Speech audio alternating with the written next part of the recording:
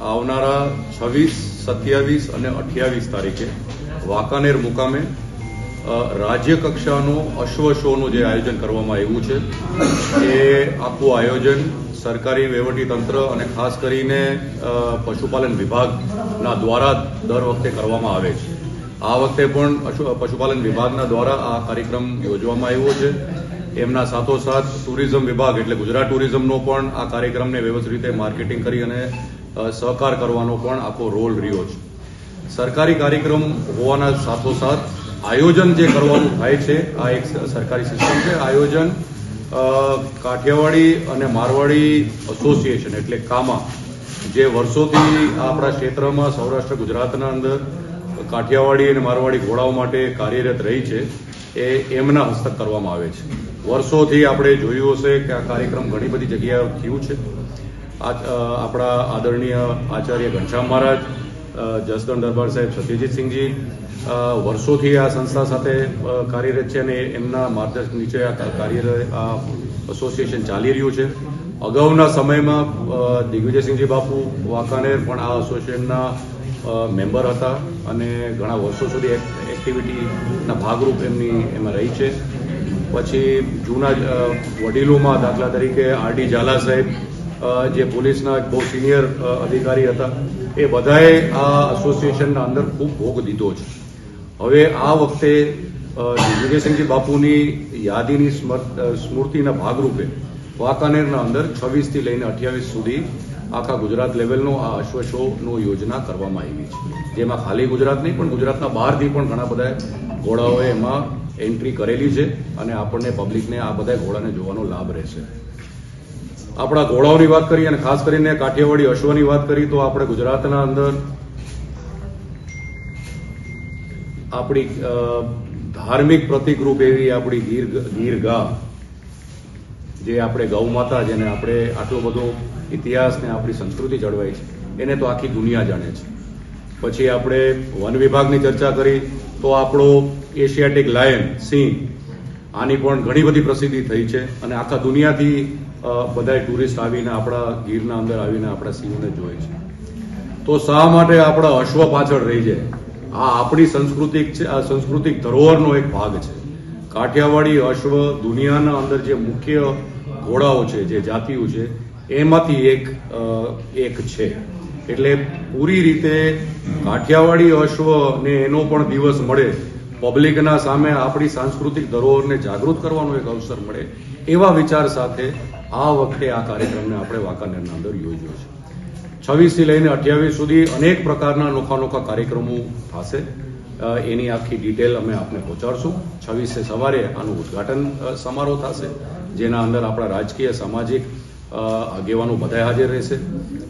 ગુજરાતના ગવર્નર શ્રી આચાર્ય દેવવ્રતજી પણ આમાં હાજર રહેવાના છે. આપણા મુખ્યમંત્રી શ્રી, આપણા ગૃહમંત્રી શ્રી, તમામ રાજકીય આગેવાનોની ઉપસ્થિતિમાં આ 3 દિવસનો કાર્યક્રમ યોજવામાં આવશે.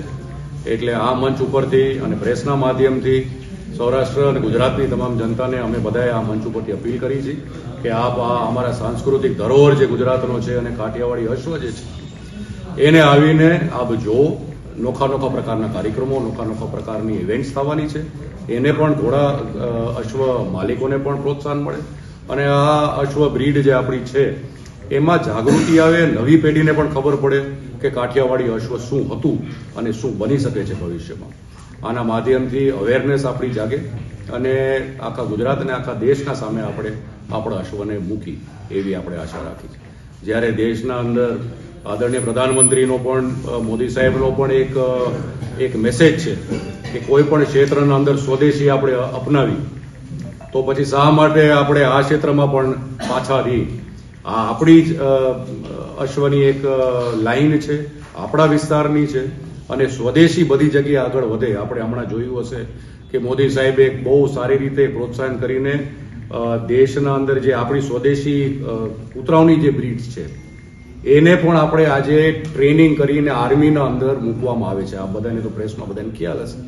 જ્યારે આ પ્રકારનો વિચાર ચાલતો હોય તો પછી આપણો આવડો મોટો ભગીરથ ઇતિહાસ આ કાઠિયાવાડી અશ્વનો રહ્યો છે.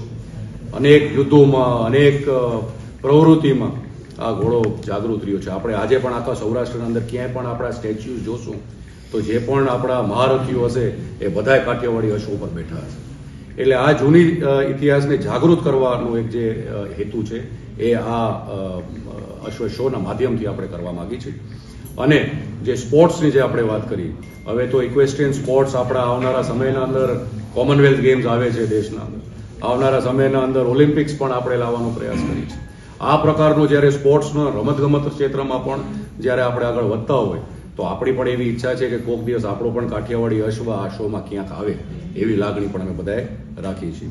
એટલે આ પ્રકારનો આપણો કાર્યક્રમ 3 દિવસનો વાંકાનેર મુકામે રાખ્યો છે. આ બધાને અને પ્રેસના માધ્યમથી આખા ગુજરાતમાં બધાને આપણે આમંત્રિત કરી છે કે આપણા સાંસ્કૃતિક ધરોહર જે આપણો આ અશ્વ છે કાઠિયાવાડી અશ્વ એને પ્રોત્સાહિત કરવા માટે, એને જોવા માટે અને એને સમજવા માટે બધાએ પબ્લિક આવી અને આ કાર્યક્રમનો લાભ લે એવી અપેક્ષા રાખી છે.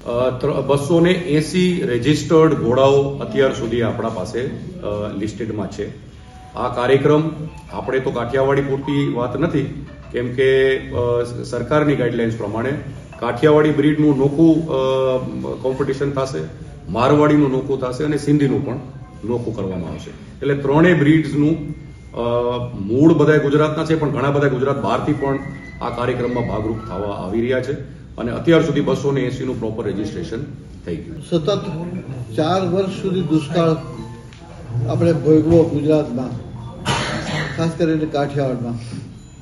એ સમયે આ આપણી જે કાઠિયાવાડી અશ્વની જે બ્રીડ છે એને સાચવવાની વ્યવસ્થા એમાં હતી નહીં, જેને કારણે મોટાભાગના જે અશ્વો છે એ કાઠિયાવાડમાંથી વેચાઈ ગયા અને પ્રદેશમાં ગુજરાત બહાર જવા માંડ્યા.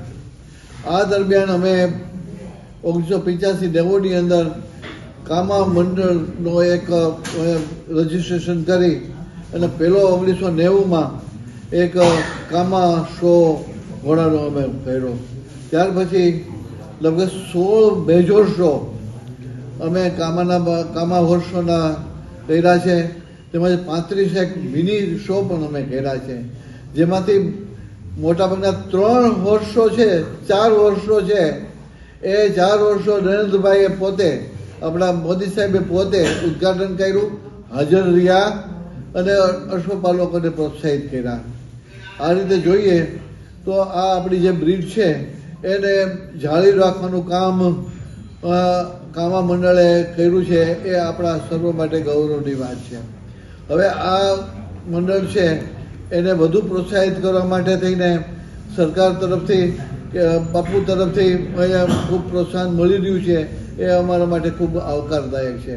આવતા વર્ષોની અંદર જ્યારે ઓલિમ્પિક થવાની છે, કોમનવેલ્થ થવાની છે, ત્યારે આ બ્રીડને વિશ્વ કક્ષાએ મૂકવાનો જે તક છે એ તકના ભાગરૂપે બાપુએ આ શોનું નેતૃત્વ લીધું છે અને અમારા જે સર્વકાયિક આ કાર્યકરો છે એને પ્રોત્સાહિત કર્યા છે. આ કાર્યક્રમને ખૂબ વેગવાન બનાવ્યો છે. તો આ અનુસંધાને આ જે વાંકાનેર મુકામેનો જે હોર્સ શો છે એ પ્રથમ પગલું આ રીતે કોમનવેલ્થ ગેમ્સ અને ઓલિમ્પિકના અનુસંધાને પ્રથમ પગલાનું ઉદ્ઘાટન અમારા માટે ખૂબ ગૌરવ સમાન છે. અને આપ સર્વ જો આને વધુ પ્રોત્સાહિત કરવા માટે વધુ પબ્લિસિટી આપો, લોકોને પ્રોત્સાહિત કરો, એ મારી આ તકે આપ સર્વને અનુરોધ છે. આપણે જે કાઠિયાવાડી અશ્વ છે એની ખાસિયત છે એની સ્ટેમિના, અને આપણે આ શો દ્વારા એ દેખાડવાનું છે કે ભાઈ જે આપણો કાઠિયાવાડી અશ્વ છે એ એન્ડ્યોરન્સમાં વિશ્વ લેવલે ભાગ લઈ શકે એમ અશ્વ છે. આપણે જ્યારે એન્ડ્યોરન્સની વાત કરીએ ત્યારે ઘણા આપણે એવા રેસીસ જોયેલા જ્યારે કાઠિયાવાડી અશ્વ બીજા વિશ્વના અશ્વો કરતા એ આગળ આવે. પણ હવે એક સાયન્ટિફિક રીતે આપણે પ્રૂવ કરવાની જરૂર છે. ગોયલ સાહેબને અમે હમણાં જે વાત કરતા કે આપણો જે અશ્વ છે એ વિશ્વમાં ઉત્તમ એન્ડ્યોરન્સ હોર્સ બની શકે એમ છે. અને આ શો દ્વારા આપણે એક પહેલ કરી છે, કેમ કે એન્ડ્યોરન્સ રેસ આપણે 20 કિલોમીટરની રાખી છે, પણ ગ્રેજ્યુઅલી આપણે 120 કિલોમીટરની રેસ રાખી અને વિશ્વ લેવલે કાઠિયાવાડી અશ્વને કઈ રીતે આપણે આ મૂકી શકીએ એ આપણું એક એફર્ટ છે. ના એમાં શું હોય ભાઈ કે જે રેસ હોય એ ટૂંકા ગાળાની રેસ હોય, એમાં બીજા અશ્વો જે વિશ્વ લેવલના અશ્વો છે થોરોબ્રેડ ને એ એના માટે જ બ્રીડ કરેલા છે, સ્પીડ માટે. તો આપણો જે અશ્વ છે એ સ્ટેમિના માટે બ્રીડ કરેલો. આની જે કાઠિયાવાડી અશ્વનો ઇતિહાસ છે એ 6-7 હજાર વર્ષ જૂનો ઇતિહાસ છે અને આ ઘોડા લડાઈઓ માટે કામ આવતા. એટલે ત્યારે બહુ પલ્લો કવર કરવાની વાત હતી અને એનું એ ખાસિયત છે કાઠિયાવાડીની કે એને સ્ટેમિના આરબ ઘોડા કરતા વધારે સ્ટેમિના આપણા કાઠિયાવાડીમાં. એક આપણે વિશ્વ લેવલે પ્લેટફોર્મ મૂકી નથી શક્યા. હવે આ એક એફર્ટ છે કે આપણે આને ત્યાં પહોંચાડી શકીએ.